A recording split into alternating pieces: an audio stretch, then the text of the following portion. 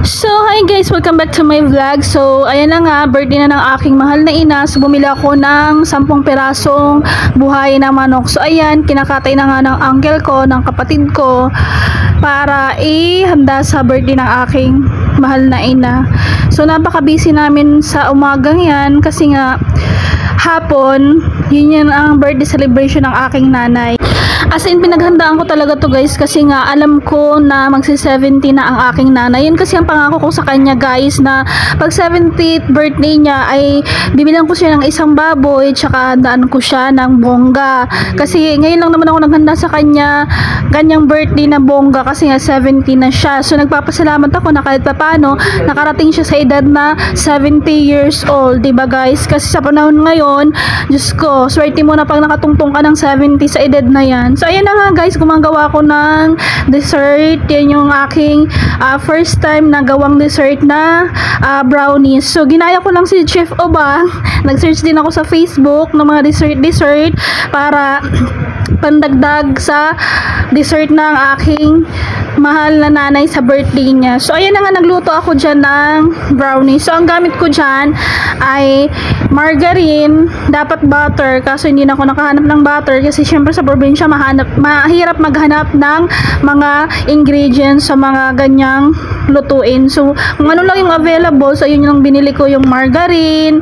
So, ayan na nga, nilagay ko na yung margarine sa kawali, pinainit ko muna. Pinainit ko muna siya guys. Yan. Hininaan ko muna yung apoy no para hindi siya masunog agad yung margarine. Tapos habang nag-iinit ako ng margarine, habang tinutunaw ko siya, nakapag-prepare na ako ng itlog, 2 itlog, panghalo dyan, tsaka yung graham na crushed graham lang yung gagamitin natin dyan. So yan ang recipe ni Chef Obang. So, ginaya ko lang yung kanyang simple recipe na brownies, na homemade brownies. So, ayan, first time ko gumawa ng ganyan. So, meron akong condensed milk. Ilalagay ko na dyan yung condensed milk pag tunaw na yung ating margarine. So, ayan, binuhos ko na nga guys yung condensed milk. So, halo-halo lang para mag-combine siya ng maayos. So, ayan, sinimot ko lang yung condensed milk. Diyos ko, ang mahal na ng condensed milk guys. Dati 30 plus lang, ngayon nasa 40 plus na. Sobrang mahal na ng bilihin guys. Kaya pag hindi mo sinimot, sayang, diba? Kailangan nating simutin yan kasi sayang yung matitirang condensed milk sa lata. So, ayan na nga. So, 2 condensed milk yung nilagay ko dyan. 2:2, 2 graham na crushed graham na 2 plastic. Tapos 2 ding condensed milk. So, para yung kanyang tamis ay mag-even yung kanyang tamis, guys. Tapos, meron din ako dyan na, yung nakita nyo kanina sa video na, dinurog ko na chocolate na, hindi siya chocolate. Brownie pala, guys, na fudgy bar. Yun yung aking dinurog na panghalo ko dyan sa ating gagawin na homemade na brownies. So, dinurog ko na, sinit aside ko na yung fudgy bar na dinurog ko na chocolate. So, ayan, halo-halo muna yan kasi ilalagay ko dyan yung itlog after na parang mag-will combine na yung sa margarine tsaka yung condensed milk. So, ilalagay ko na yung itlog dyan. Tapos, dire-diretso lang natin haluin yan para yung kanyang is makombine ng maayos para hindi siya matutong sa ilalim, hindi siya tawag nito, para maganda yung kanyang resulta, yung kanyang pagka-mix. So, ayan nga, halo-halo muna ako dyan guys. So, ako lang mag-isa dyan, ako lang din yung nag-video. So, all around ako dyan. So, multitasking na tayo guys. So, ayan na, nilagay ko na yung itlog na aking binate. 2 itlog yan, guys. Sabi ko nga sa inyo, 2:2. 2 condensed milk, 2 itlog, tsaka 2 crushed graham na plastic. So, yun na nga, hinalo-halo ko na para mag-well combine. So, yun lang, ginaya ko si Chef Obang kung ano yung kanyang ginawa. So, ayan na nga, hinalo ko na yung itlog na aking binate. So, ganyan lang guys, napakadali lang gawin. Pag mahilig ka talaga magluto, madali lang gawin ang mga recipe ni Chef Obang kasi napakasimple lang. As in, madali lang gawin. That's, yung kanyang recipe ay hindi ganun kamahal guys. Yung pasok sa bulsa mo yung kanyang recipe na niluluto. So, ayan, ang aking version na brownies 12.0 ano daw? So, ayun na nga guys, halo-halo lang para hindi matutong yung ating condensed milk. So, kailangan even yung kanyang pag-mix. So, after na mga ilang minuto na halo-halo, kailangan muna para siyang kumulo ng konti or lumapot. Yung kasing sabi ni Chef Obang, pag medyo malapot na siya, maano mo naman siya sa kutsara na hinahalo mo. Pag medyo malapot na, pwede mo na ilagay yung crushed graham na gagawin mong brownies. So, ayan, itataktak ko na dyan yung isang pack ng graham na crush. So, ganyan lang siya guys, sinabay ko na yung dalawa, tapos after nyan, hinalo-halo ko na siya. Napakadali lang ng recipe na yan, basta titingnan mo lang yung vlog ni Chef Obang. So ayan, halo-halo na para mag-well combine ulit yung ating ingredients. So ayan na, yung star margarine, condensed milk, itlog, tsaka yung ating crushed graham. So halo-halo lang para mag-well combine, para yung kanyang texture is maging malapot or maging matigas.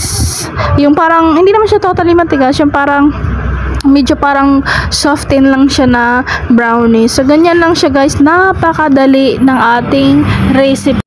So ayan na nga guys, halo-halo lang tayo para even yung kanyang texture. So ganyan lang siya guys, gumawa ng napakasimpleng homemade na brownies na gawa ni Chef Obang. So si Chef Obang talaga ay napakalaking tulong sa mga gustong magluto or matuto magluto ng napakasimpleng recipe na hindi mabigat sa bulsa. So ayan nga, kita nyo naman, nilagay ko na yung dinurog ko na fudgy bar na chocolate. So, yung kay Chef Obang, wala siyang fudgy bar. Chocolate yung nilagay niya. Pero ako kasi gusto ko yung fudgy bar. Gusto ko yung parang mag-ano din ako ng version ko ng aking brownie. So, ayun, ninalo ko na nga yung chocolate na fudgy bar na dinurog ko para mag-well combine siya.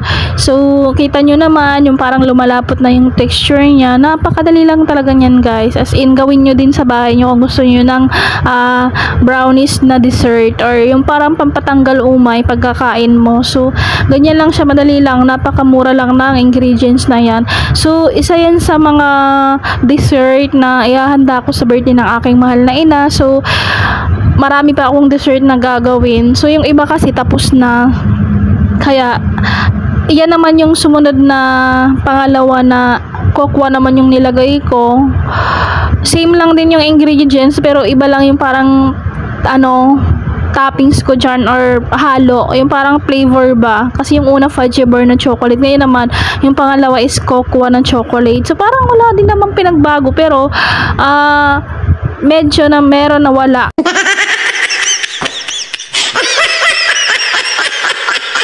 So, ayan guys, halo-halo lang hanggang sa maluto yung ating brownies. So, napakasimple lang na recipe na yan. Kahit sino pwedeng gawin yan.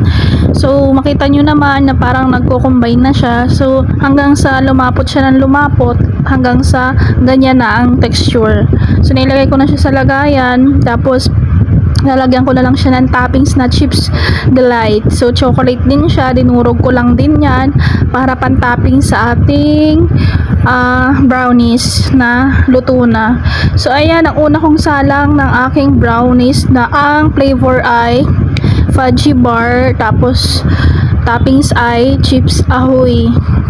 So, ayan yung una kong brownies na una kong niluto. So, yung pangalawa naman guys, gagawa din ako ng pangalawang brownies pero iba yung kanyang flavor. So, ayan, Chips Delight yan, yung nasa taas, yung mga toppings. So, ganun din naman yung toppings niya mamaya pero ibang flavor yung gagawin ko nung isa. So, makita nyo mamaya yung kaibahan kung bakit nagkaibang flavor. Kasi ang ilalagay ko ay white chocolate. Ilalagay ko siyang white chocolate guys. So, ayan, tapos na yung ating unang brownies. So, ayan na, yung pangalawa ulit. Ganun ulit ang proseso. Tuna ulit tayo ng margarine. Tapos sunod ay yung condensed.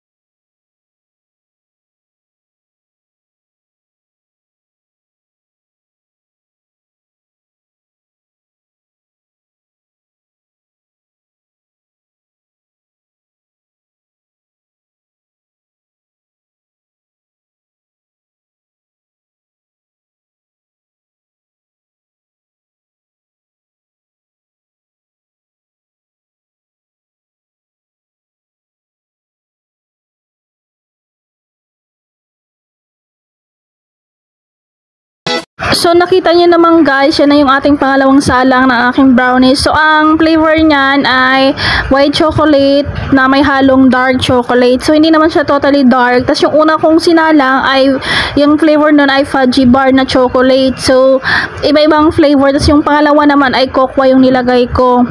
So itong pangatlo, ito yung white chocolate tsaka yung chocolate. So, masarap din siya guys. As in, puro talaga chocolate yung ginawa kong brownies. Kasi wala namang brownies na hindi chocolate, diba? So, parang ano lang yan, yung ginawa ko ay parang tinesting ko lang kung babagay ba yung white chocolate tsaka yung combination ng chocolate. So, masarap naman siya guys.